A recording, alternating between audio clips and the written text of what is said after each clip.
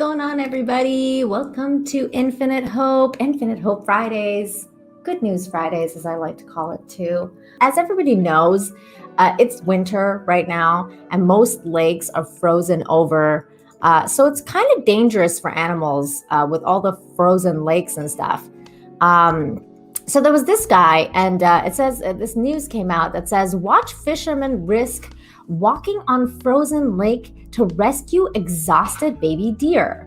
The article leads two men out on a winter's fishing day when they happened on a frantic baby deer that was trapped on a frozen lake. From there, a daring ice rescue began. Branson Johnson and his friend saw the fawn trying and failing to stand up on a slippery surface of Utah's Panguitch Lake. Jackson said to his pal, "Dude, that's a deer. We gotta save it, of course." The pair told 2KUTV that they began carefully making their way over to the thin ice. At one point, Jackson's friend's boot went through a crack. That was a shock to the nerves, but they decided they couldn't just let the young mule deer sit there. When they finally reached the fawn, Jackson told 2KUTV, "I picked it up and it was super calm, super docile. Like, I kind of understood, okay, these guys are going to try and help me." Oh, that's so cute. There he is. Okay, here, we're going to watch the video. It just says, then the ice began to come apart under the weight of the trio. They hurried for the shore and the deer in Jackson's arms, while the little fawn had trouble standing and walking on the rocky ground initially. What happened next is beautiful. So here we go. Let's watch this. Well, in today's adventure, Oh, we're going to try to help this little fawn struggling. stuck on the ice. We're out here rescuing cute little fawns on about an inch or two of ice. Poor little guy was stuck out there a little ways. Oh! Oh, they tripping. Get the release. Oh, look, he's just chilling. He's like, "Oh, thank you, sir, for helping me out. Bye-bye." Oh, bye, little fawn. Oh my God, look at him run. That looked funny. And the funny part is that wasn't the only ice story. There was another one that I thought was also really cool, because it just shows that humans can be kind and good. And, we don't just care about ourselves, surprisingly, and this is the other one. Similar, but this time, a jogger smashes ice to rescue dog, then continues on his run. This guy. A runner jumped into a frozen lake in Pontefract, England, to save a drowning dog before carrying on with his run. That's insane. Bystander Paula Town posted a footage of a rescue online, saying, "What a hero. This complete stranger rescued this family's dog when it got into trouble into Pontefract Park." And there's a video of it. We're going to watch that in a second. When we got to the lake, I could see that the dog is in water. It was trying to get onto the ice, but kept falling back in. Okay, so let's watch this video. This was cool too. Oh my God, look, there's the doggy. See, this is hopeful news because we know it ends well. But he's just like, that's insane, because I would want to do that, but I don't know if I could, because I would die. I think that's just too damn cold. Oh my goodness. That's why this guy's a hero, because everybody else would be like, "No, man. No." Oh, the doggy. Oh, look at this guy with his shorts on. Hey. It looks pretty freaking cold over there, and this guy's got shorts on. Some people, like, they can really handle the cold. I cannot handle the cold. I'm not a cold person. But yay! He rescued the doggy. Oh, look at. Hey.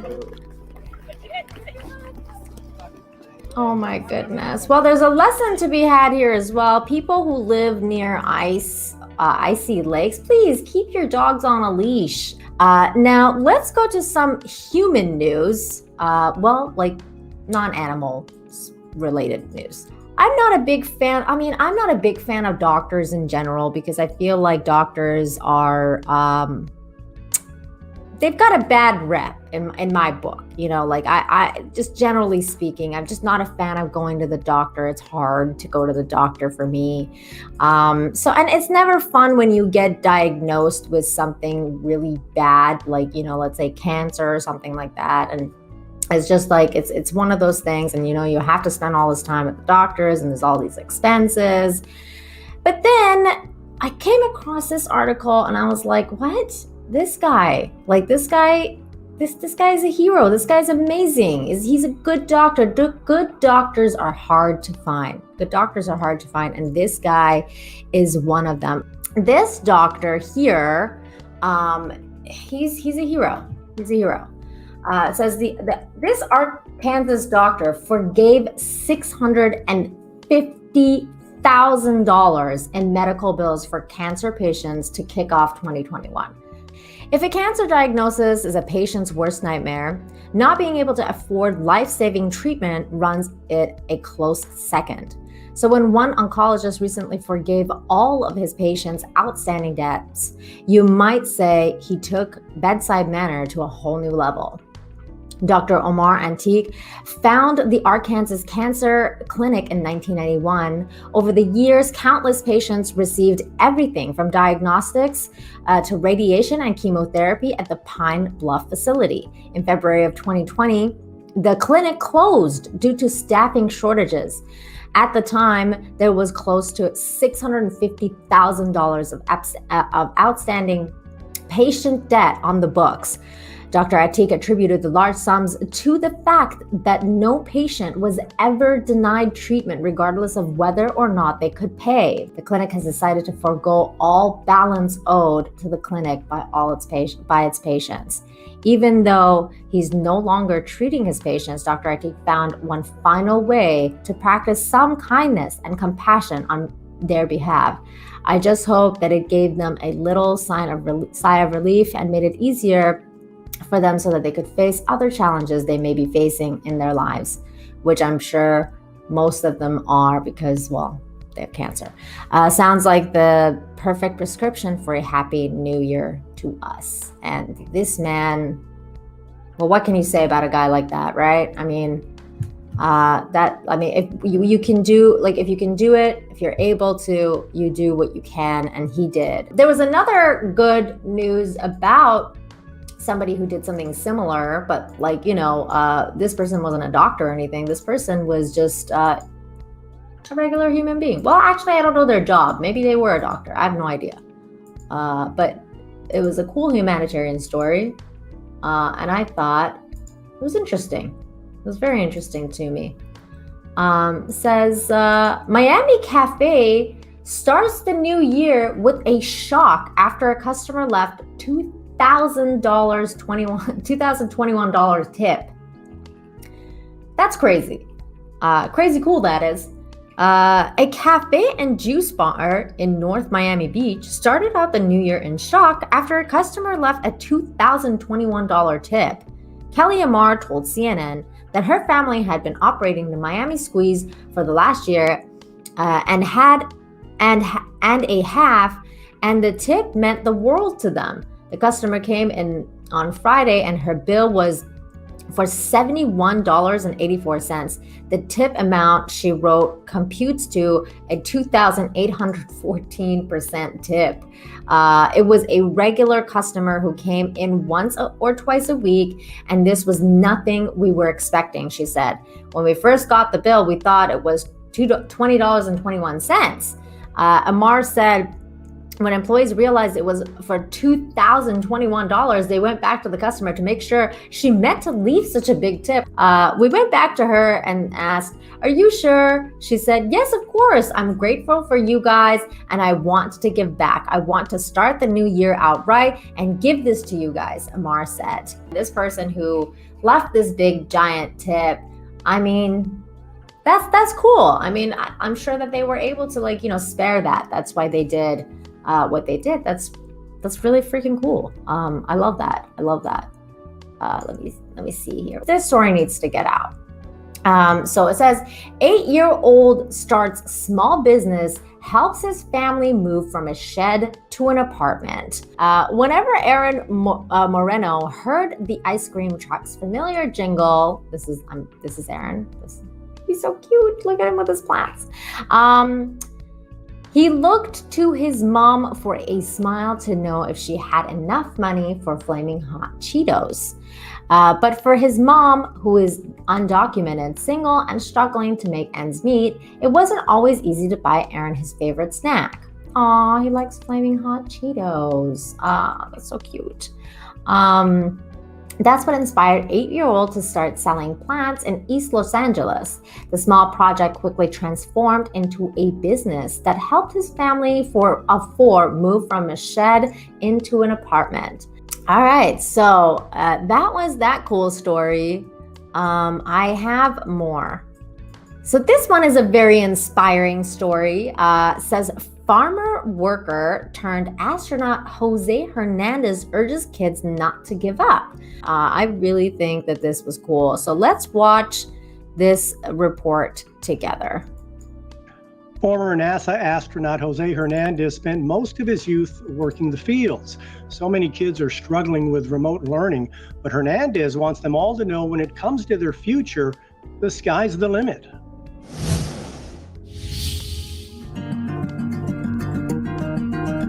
Jose Hernandez grew up picking fruits and vegetables alongside his family, but knew a dusty farm didn't represent his final frontier. We spent 9 months in California, 3 months in Mexico. But those 9 months, I went to 3 different school districts. The family settled in Stockton. Jose couldn't speak English until he was 12, but STEM subjects spoke to him. I gravitated towards math because 1 + 3 is 4 in any language. At 10, Jose knew he wanted to be an astronaut, so his dad laid out a 5-part recipe for success. Set a goal and recognize how far away you are from that goal. The third thing is you got to draw yourself a roadmap from where you know where you're at to where you want to go. And then I told him, what's the fourth? He says, you got to get an education. The University of the Pacific grad called hard work the 5th ingredient. NASA rejected me not once, not twice, not 3 times, but 11 times. It wasn't until the 12th time that I finally got selected. Wow. 2, 1. Booster ignition and liftoff of Discovery. Hernandez would blast off with the crew of the Space Shuttle Discovery in 2009. It's a ride that even Disneyland would be envious of because you go from 0 to 17,500 miles an hour in 8.5 minutes. Jose worked on the International Space Station during the 14-day trip, which covered over 5 million miles. I wish we had a freaking flyer program. Yeah, you would have cleaned up. Exactly. Hernandez flew around the globe 217 times, but remains a down-to-earth guy who tells kids how to realize their own dreams. Hard work and perseverance, and of not being afraid to dream big. Wow. I mean, that's really cool. Okay. So this article says GoFundMe campaign has raised more than $46,000 for a homeless man who returned an 80-year-old grandma's lost wallet found in a dumpster.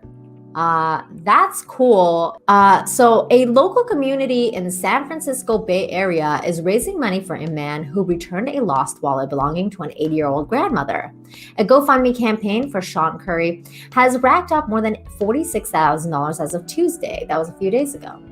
Curry is a man experiencing homelessness in Marin County, California. Last month, he found a wallet inside a dumpster by Camson Coffee Shop in San Rafael and returned it to its rightful owner with its contents intact, KPIX reported.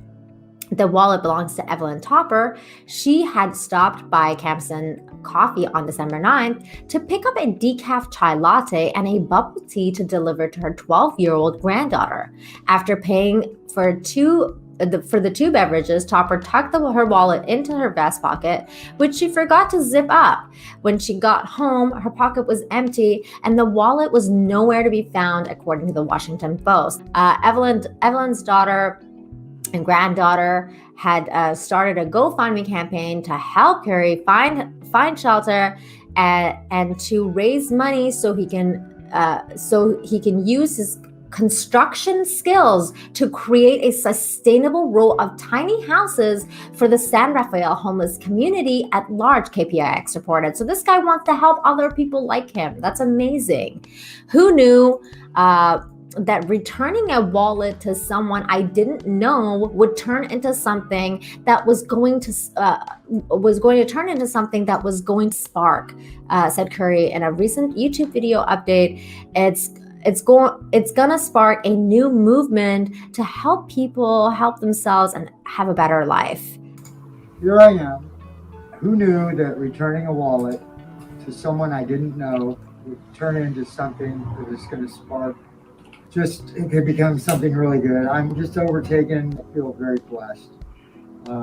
Somebody up there is watching out for me, and I got to believe that. And I know whomever has donated so far, thank you very, very much. And this money will go to help me, but help others as well. I think it's going to spark a new movement to help people help themselves and have a better life and get rid of homeless. We're going to start it right here in San Rafael, California, because of this young lady, and hopefully myself and many others. So thank you. Thank you very much. That's a lot of money. Oh, I'm going to use it wisely. My goodness, how sweet is that, you guys? So thank you again for joining me today, and do something nice for someone. Give them a hug if you're around your family member. If you're not, be nice to people online. Don't try and, convince anyone of your ideas when, you have your own ideas. That's cool. Just don't try and be like abrasive about it to other people. Just be nice. Be nice. Everybody be kind. Be kind to one another.